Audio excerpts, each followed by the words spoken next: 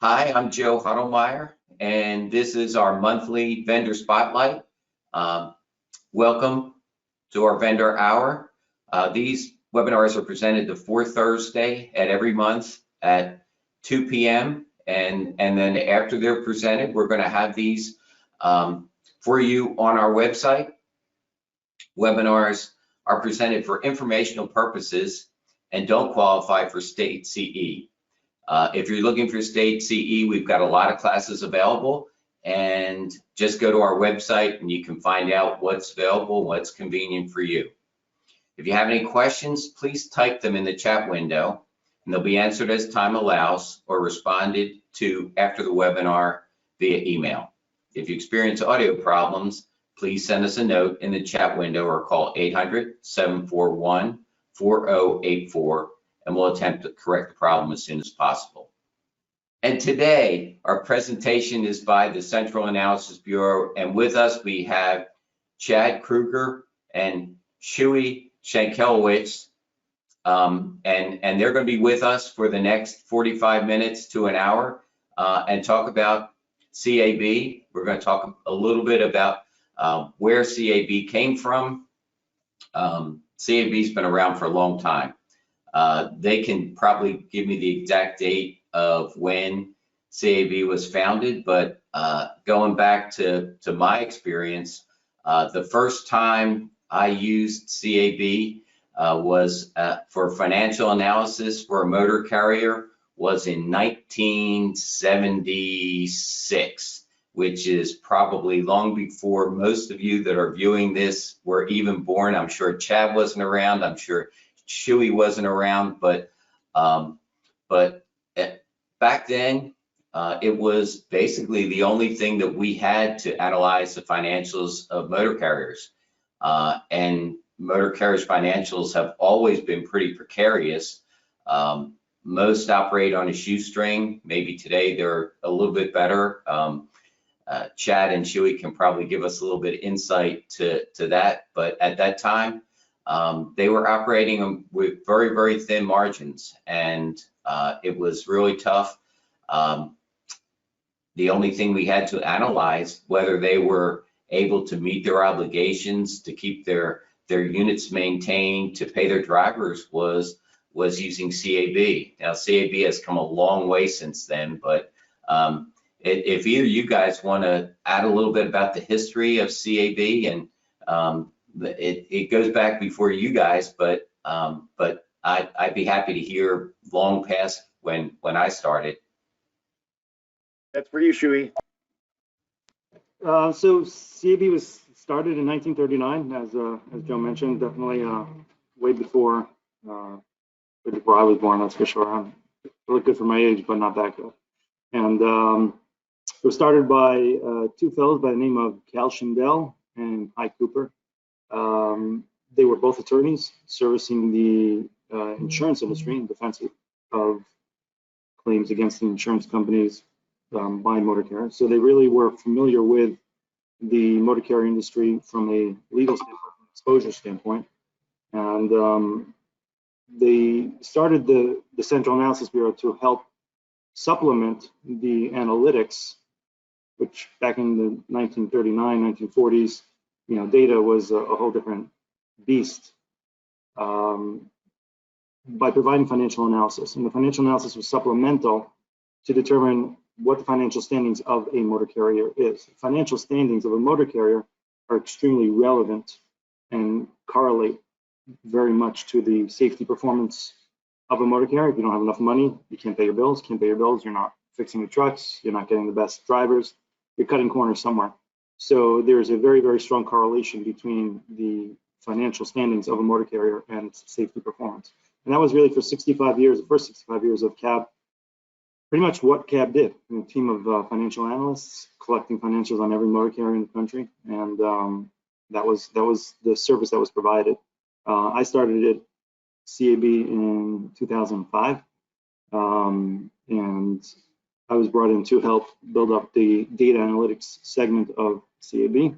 CAB had been collecting data, always ahead of the game when it came to technology, but they really were a forefront in collecting information, maintaining information, and I was brought in to try to see what can we do with this data. And I was provided with a phenomenal opportunity. CAB had relationships with the insurance industry already, and we were able to really slowly release reports off the data that insurance companies sort of guided us on to understand, well, this is critical, this is helpful, this is something that's very predictive.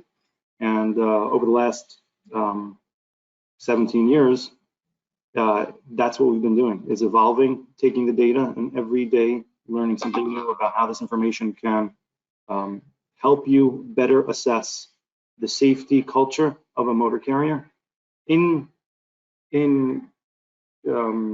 tandem with the financials. Financials are still play a role, but by and large, there's so much other data that paints a much broader picture. It really allows the insurance industry, who has looked at this data, who has analyzed this data, and concluded that the data is extremely predictive in nature, to incorporate it into their underwriting and general insurance process. And now you're part of Randall Reilly?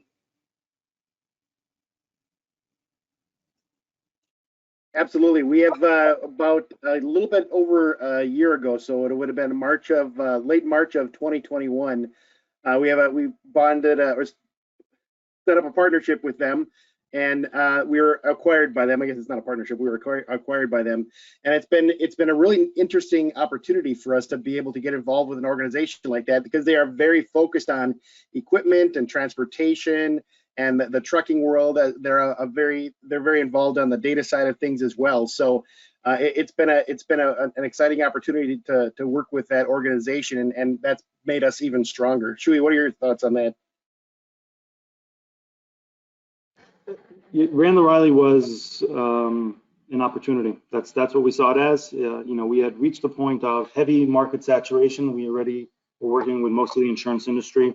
We've already been branching out into other types of related segments, which had an interest in understanding the data and its application to the motor carrier industry.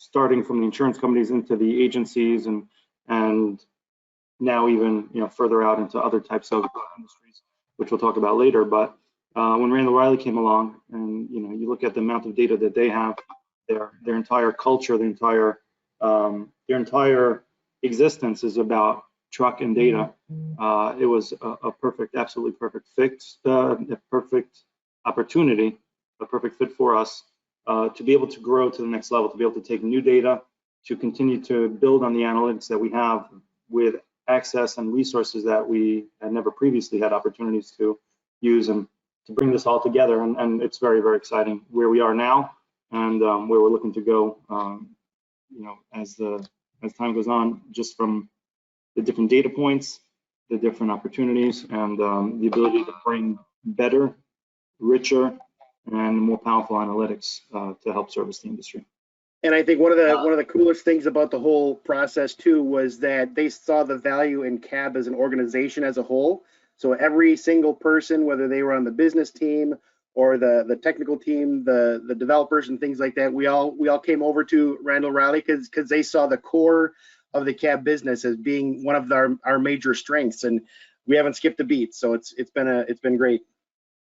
Well, it's always great when you merge or when you're acquired with somebody and they realize the value, they realize the intrinsic value of the operation, and they're not going to change you because you do what you do well and you do it successfully, and they don't need to make you into something else. Now, one thing that both of you brought up, and something that we preach at every time we speak to anybody, is data. You both brought up data. How important is data? You can't get anything done now without having a bucket load of data. We talk about people that want to start programs, and you can get a program done, no matter how difficult the class, if you've got enough data to back up what you're trying to sell. And data with respects to analyzing motor carriers, strengths and weaknesses, trends. That's all stuff that you guys make available to insurance companies, and without it, I don't know how you can be successful. Okay, Chad, you want to start off with this one? Yeah, certainly. And our opportunity here is just to kind of help everybody understand, kind of where we're coming from and where we're going. But ultimately, one of our goals, and again, I've been with CAB for almost 4 years now. I had exposure and actually got to use the system all the way back in 2010, but was even aware of it before that in my days on the agency side before I went over to the insurance carrier. And ultimately, what we are talking about here is know your data, know the information. We've got access to that information, and we like to share it with our users and our customers out there. And we provide a number of different types of solutions, as the slide talks about here. We've got a very, very powerful user interface that's constantly being enhanced by Shuie's fantastic development team. And a lot of those enhancements have a lot to do with our customers that are using the system, that are reaching out to us and saying, hey, do you have this piece of data, or do you know anything about this? And well, wouldn't it be cool if it would do that? And that's part of the way that I came to work for Central Analysis Bureau.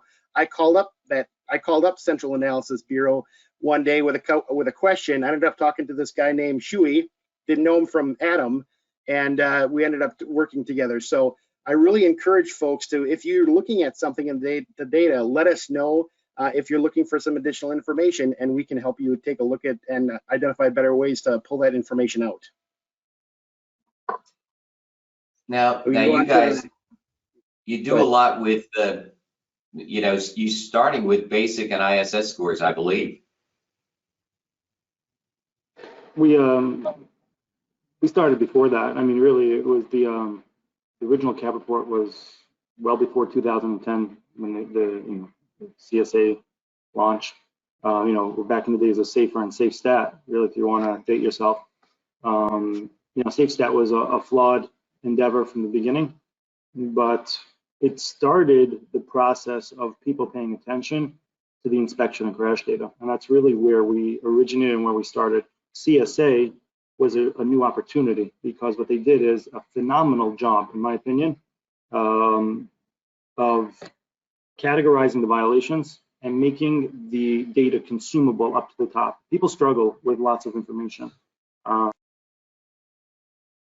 You do a Google search and you get, search for pizza stores near me, and get 2.8 trillion results. Like, okay, well, that's very helpful. I just wanted a slice of pizza.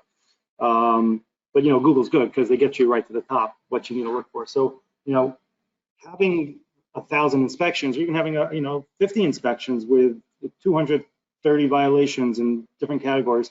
Oh, don't get me wrong, it's incredibly useful and significant. But who has time? We live in a really fast-paced world. Twitter started at 140 characters. I think they upped it to 280, but very short term. Short concentration. You got to move fast, almost impulsive, and it's gotten extremely competitive. So what CSA I think did a good job of was taking that data, the inspections, the crash, the violations, consolidate and get into a score. So I think that's, if we were to look back to the real growth that we had in the industry and the heavy saturation, the basic scores were definitely a significant player. We had insurance companies using the inspection data, because insurance companies are all about data, and they've been looking at the raw inspection, the raw violation. But CSA made this consumable to the masses, and that's really what gave us this opportunity to really push it even further. Yeah, going back in time, you get a submission in the mail, and talk about dark ages, and you'd have 30 days, 45 days, 60 days to work the submission. Then the faxes came along, and then, that time got shortened a little bit. And now the expectation is if you get a submission in, they're expecting a quote within 24 hours. And in many cases, it's doable. The information is available, and it is doable, and that's one of the benefits of what you guys provide and what you have out there. You've got something that you can look at pretty easily and formulate in your mind what kind of picture that motor carrier presents. Absolutely. I would say that one of the benefits and one of the things that we've been complimented on, and truthfully, most of what we've developed over time has been responsive and reactive. So, we started with a high-level report to an insurance company, letting them know about violations, and they said, hey, it'd be great if we could see it this way. And each time we heard an idea of what they needed, we just went back and built it. So the CAB platform, as you see it, it's no doubt innovative, but it's really, the reason it's so popular and the reason it's so heavily relied upon in the industry is specifically because it was built by the industry. The ideas for the development of it were completely based off of, as Chad said, some of our tools were from a phone call. Chad called up and said, hey, it'd be great if I could understand this. And it's like, okay, well, then why don't we just build a tool to help other people like Chad out there. By the way, there's nobody else like Chad, but other people that are almost like Chad, be able to go ahead and take advantage of the data. As I said, large amounts of data are just not consumable. The tools are what would differentiate the information, the ability to leverage and harness the data and to process it and to understand it is the ability, that is what will differentiate one platform from another, even if they're all built off the same underlying information.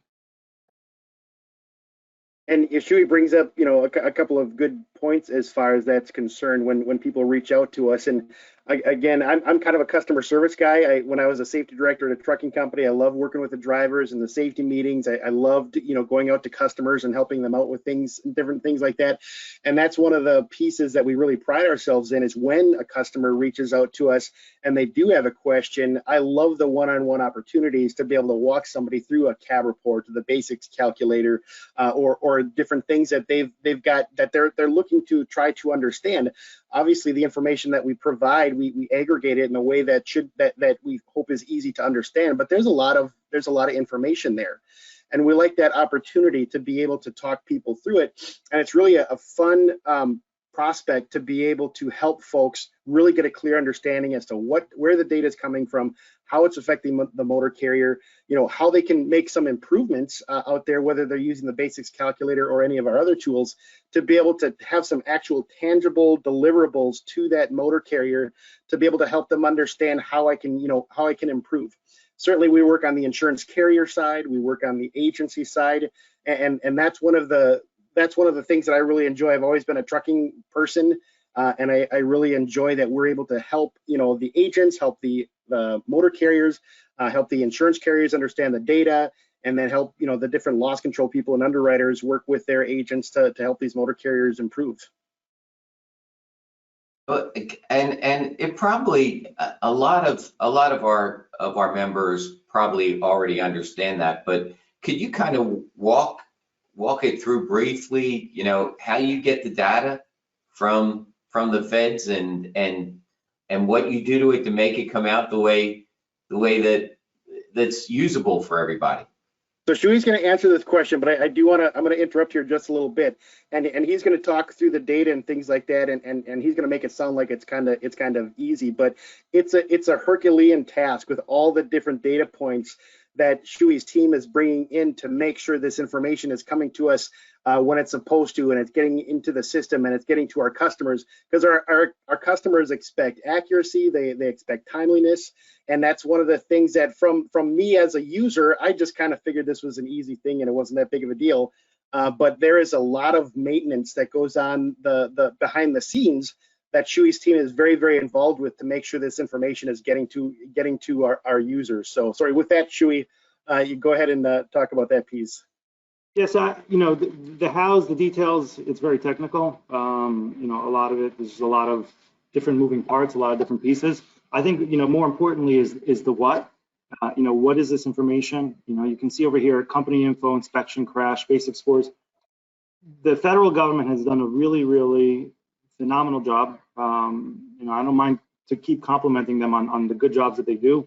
Government is not necessarily best at a lot of things, but I do believe, and I actually have relationships with the people at the FMCSA, at the DOT that work on these analysis and research divisions that are really producing this information.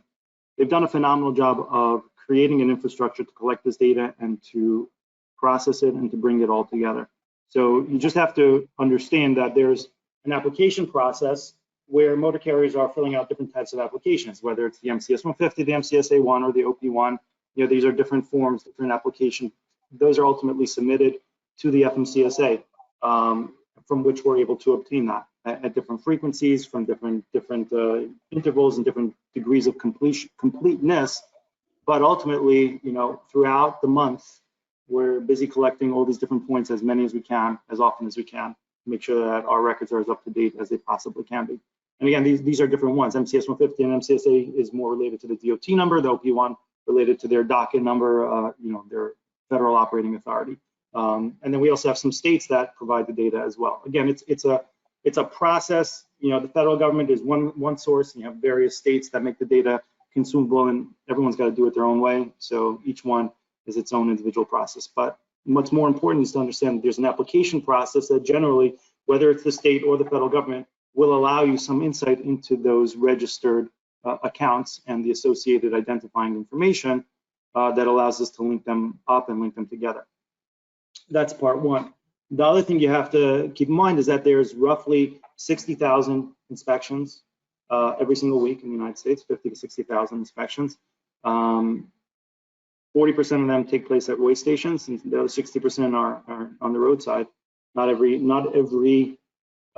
county, not every township is equipped with the ability to do, you know, to have a waste station, or the equipped even to be able to do DOT inspections. But the infrastructure is there to do, whether it's a waste station or, you know, inspection facilities they call it, or roadside inspections. And every single one of those inspections is collected, you know, bubbles up from the state level all the way up to the federal government, and the federal government consolidates it, and again makes that data available through different sources to be able, in different degrees of completeness, where we are constantly, as Chad said, collecting it throughout the month to make sure that our records are as up to date as they can be.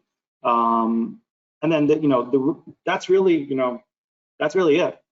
That's, as Chad said, I'm not making it simple. I'm just trying to simplify it so people can understand that.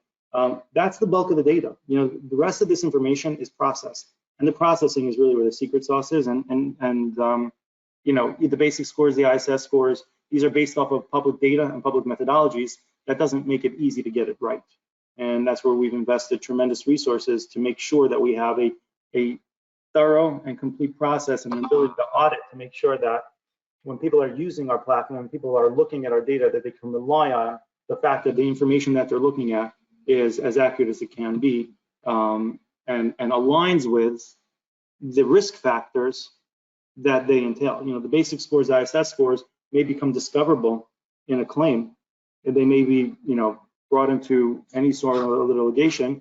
And if it does become part of the litigation process, having the ability to know beforehand what it was going to look like will help assess what may come out.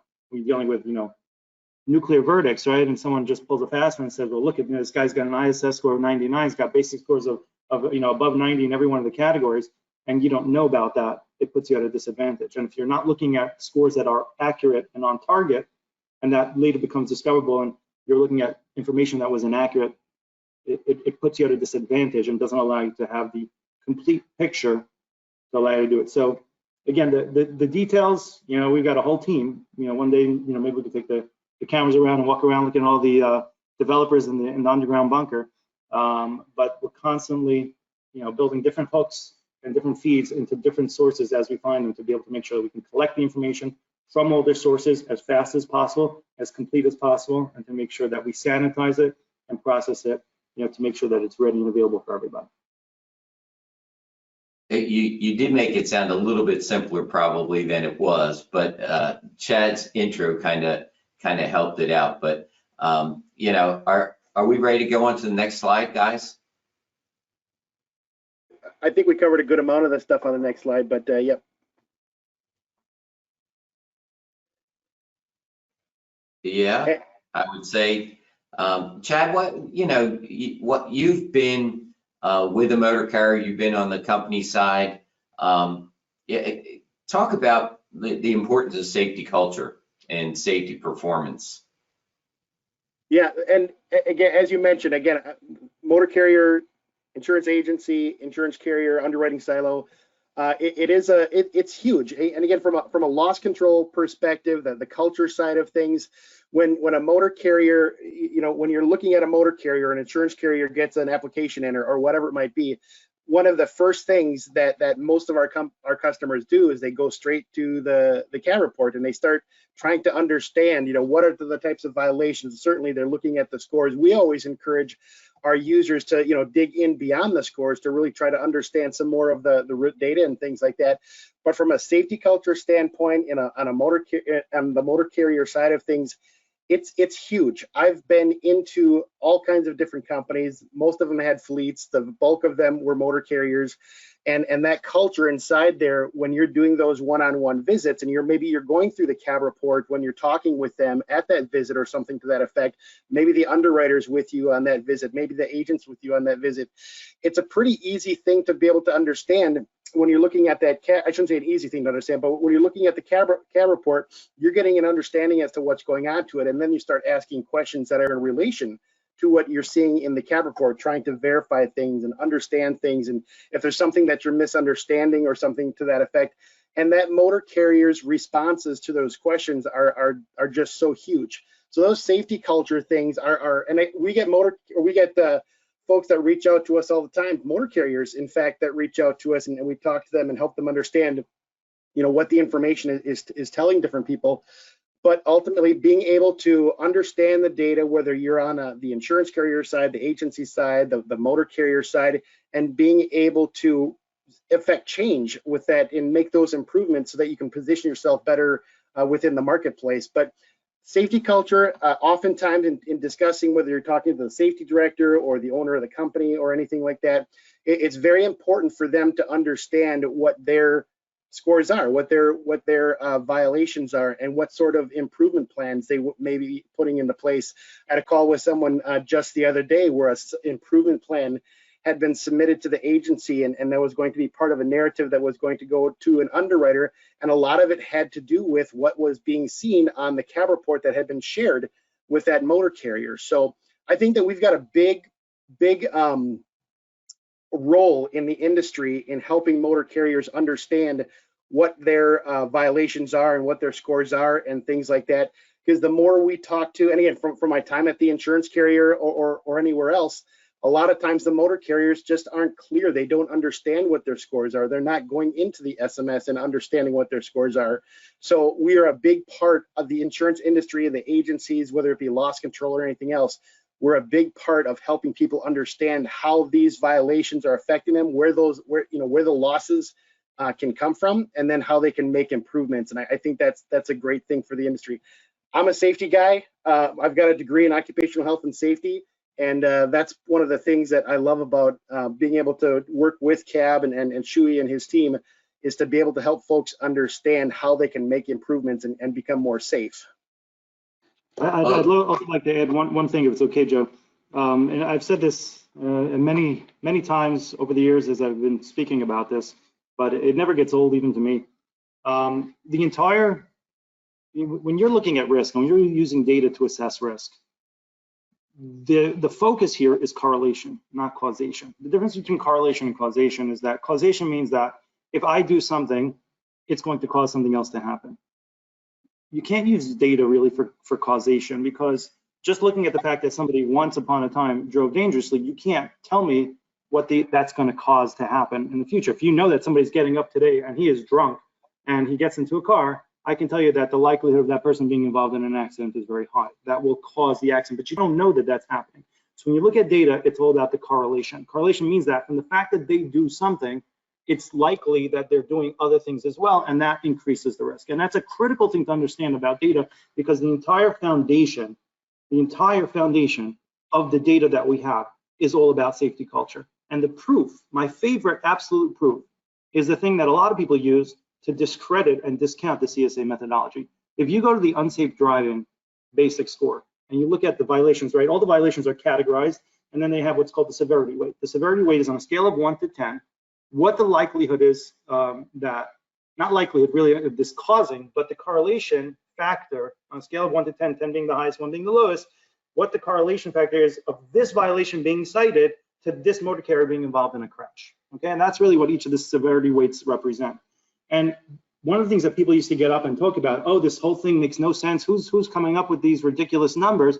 Because of one of the most striking examples of the fact that unsafe driving, seatbelts, and dangerous driving are two different categories. You have the category of seatbelt violation, you have the category of dangerous driving violations. Now, which of those two would you think is the higher likelihood to result in a crash? And if you ask any person in the world, myself included, right, you got two people, Chad and myself. Chad gets on his semi, and I get in my semi. I've never been in a semi, but Chad has. And today, I am going to drive to work. And you know what? I'm in an absolutely reckless mood. I want to tell you about myself. About the most reckless as I can get is I am just not going to pull that seatbelt across my chest. And I'm going to drive at my regular, at the speed limit, down the block, you know, staying in my lane, being safe, but just, you know what? No seatbelt today for me. I'm going to conquer the world. Then you got Chad, and he's gotten into his semi, and he's just weaving back and forth over just, you know, using the dividing lines just as a game to see how many times you can cross over back and forth. Which of the two of us is more likely to be involved in a crash in that case? And the answer is, of course, it's Chad, right? Because that's dangerous driving. So how in the world is dangerous driving a 5 on a scale of 1 to 10 and seatbelt a 7 on a scale of 1 to 10? That makes no sense. What a ridiculous methodology. Who came up with this? Data scientists? Are you kidding me? And this is what we've heard. And the answer could not be more simple and more elegant in describing safety culture and safety performance. Do you know why? Because somebody who can't be bothered to pull the belt across his chest and click it in, which is one of the easiest things you can do, is representing that he has a distaste for safety. And likely, more than likely, even more likely than someone who's been caught driving dangerously, is likely doing many other things that are going to result in a crash. And that is the essence of the whole entire methodology and why the data makes so much sense. How could it be that a seatbelt is a 7 and dangerous driving is a 5? Because people who are not wearing their seatbelts are demonstrating an extremely irresponsible and poor safety culture. And that is inevitably going to creep into every other thing of what they're doing, every single other piece. Somebody who's driving dangerously, there might be some reason to excuse it. It's not good, it's still a 5, but there might be some other explanation and doesn't necessarily correlate as highly as the seatbelt. And that is why, I mean, you highlighted here, safety culture, safety performance, that is the essence of it. And that is why the data really, really, really, truly paints a phenomenal picture for you. That's a great example, and that's an example that we sometimes use in our class because we'll ask the question and 99.9% of the time the response comes back reckless driving, you know, and we walk people through just like you did. And I mean, it makes sense. I mean, it really is logical and it makes sense, but it's not the first thing that you would think of. Now, you guys, insurance companies have been using CAB forever. And what we're seeing now, or what we're hearing now, is a lot more retail agents are getting CAB so that they have the information. They know what the underwriter is going to see when he gets the submission, and they can actually forestall some of the questions that they're going to get, or it maybe lessen some of the blows, so to speak, you know, by saying, yes, this was an issue, but the motor carrier is doing this, the motor carrier's changed this, that type of thing. Is that a trend that you're seeing? And then the second part of the trend is, are you seeing any motor carriers that are looking to get your information, to get access to your information? So I'll answer the agency side of things, and again, I hate to keep talking about what I used to do, but I was a producer for a couple of years as well too. And when you're looking at the information being available or being made available to the agency force, that, you know, ultimately their job is to advocate for their customer or their prospect, and them having access to the information and being able to understand it and use the different tools and see the data and understand the basic scores, and to be able to use, I always tell the agency or the brokers that I'm talking to that the information can be used both upstream and downstream. downstream to the motor carrier that you're trying to work with, or your customer that you're trying to provide the best opportunity for, or the best program for, and then being able to also use that information as you're relaying that to the underwriter as a whole. Underwriters, as you know, are very, very busy people. They've got, you talked about the turnaround being 24 hours, and I really do feel for those folks. So having that agent be an advocate for that insured when they're making improvements, again, we're talking about safety culture. If they've purchased new vehicles or done some additional training, or made sure they've done some things or have plans in place to make improvement, us as agents, it's such an important job for us to be able to relay that improvement, whether it be through a narrative or a discussion with that underwriter, is such a valuable part of the process. And it's very, very important. And indeed, not only understanding it from the aspect of, well, I got to have this information because, the underwriter is going to, put a roadblock up or something like that. But having access to that information and being able to relay that to your motor carriers is a way to remove some of those roadblocks that might be put up there by whether it be the underwriting box or the the philosophy of the underwriter. So those are the different things that just create tremendous value, and it's wonderful being able to talk to our customers and the different agencies that we work with. And we've got numerous stories of folks that have reached out to us after the fact, after they started working with Central Analysis Bureau, and they've been able to place that account that they've been working on for years, but they just kept on getting these roadblocks, and having that information to kind of decode a little bit of the information to relay that appropriately, again, both upstream and downstream, is just fantastic. Well, from an underwriting side, where I alluded to earlier about the 24-hour turnaround, in order to have that 24-hour turnaround, there is a box. And there, yes, you can operate outside the box in certain circumstances, but every different insurance company has a box. And knowing that box and knowing where your insured is going to fit in that box is invaluable. Absolutely. And you also asked a question, and Shuie, feel free to jump in with this, but about motor carriers and things like that. For many years, we would have motor carriers that would reach out to us, and because they would hear from their underwriter, about something about the cab report or something to that effect. And for many years, even before I came on board with Central Analysis Bureau, we had a way for motor carriers to reach out if they wanted a copy of the cab report. We would send them a copy of the cab report so that they could understand it. And again, we have motor carriers that reach out to us with sometimes I feel like we're educating some of the motor carriers out there, because they don't even know how to get their scores through the SMS or anything like that. So we do have those folks reaching out to us.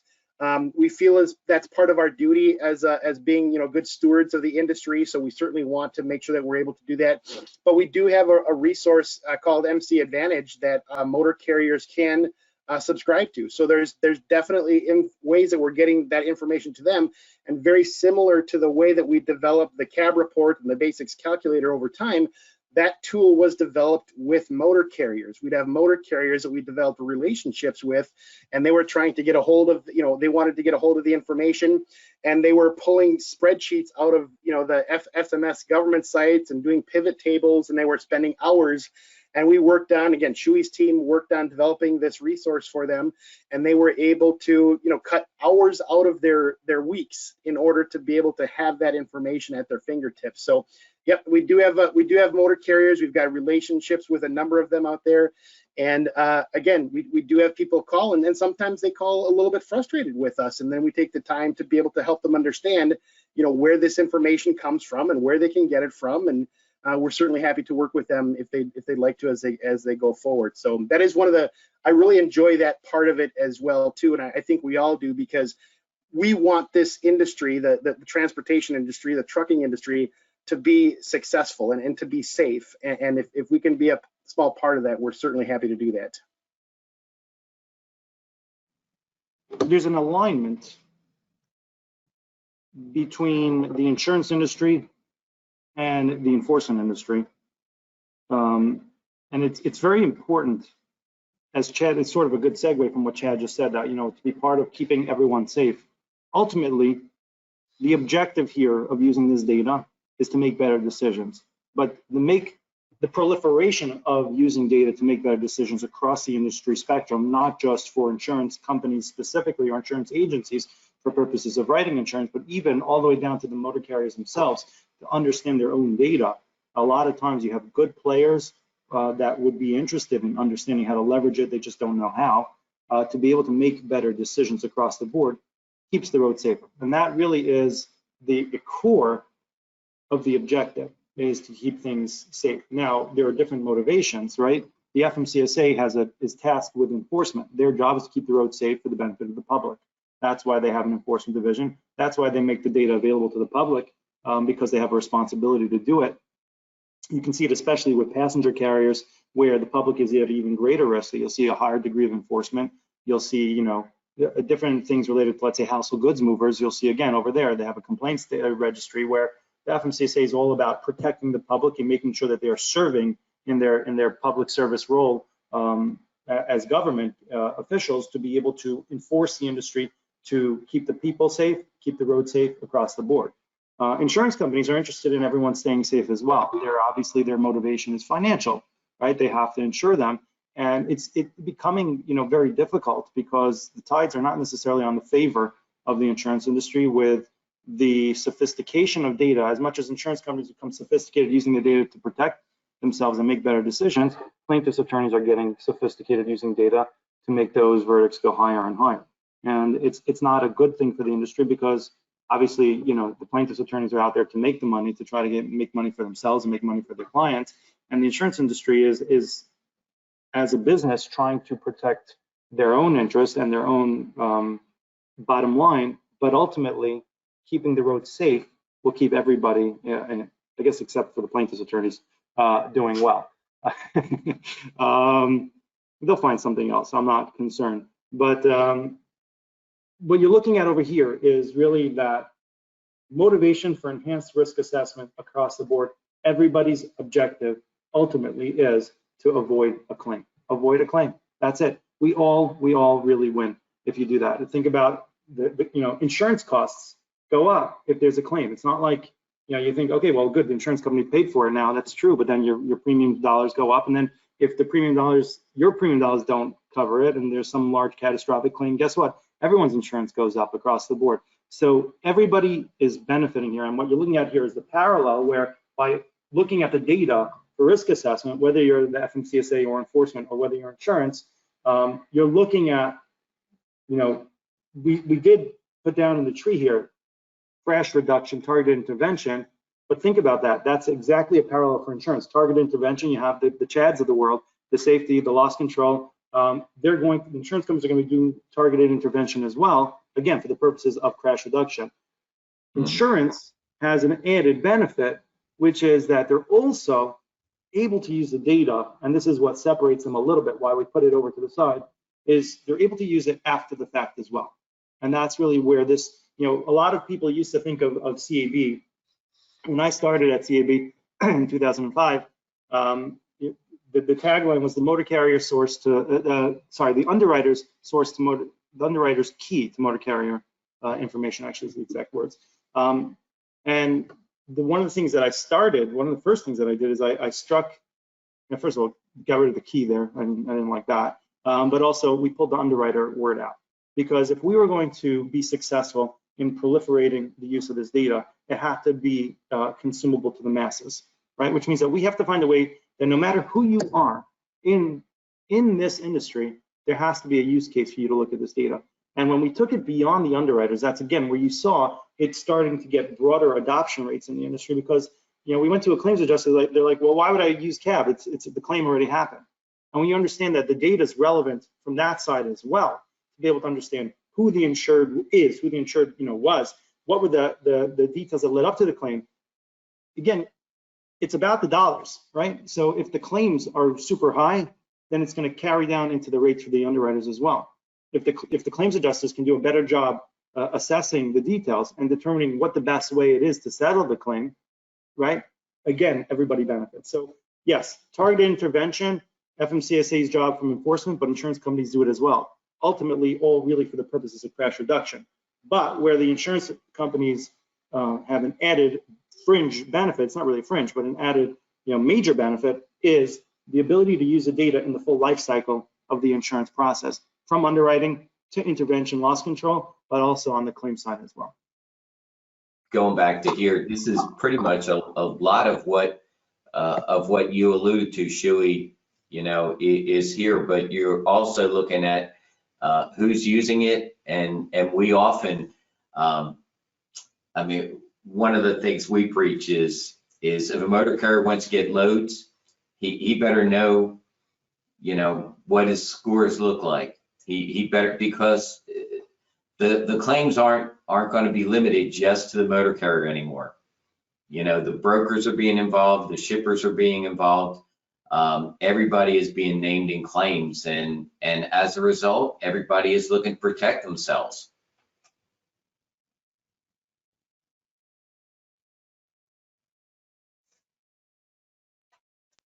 It's fascinating. I'm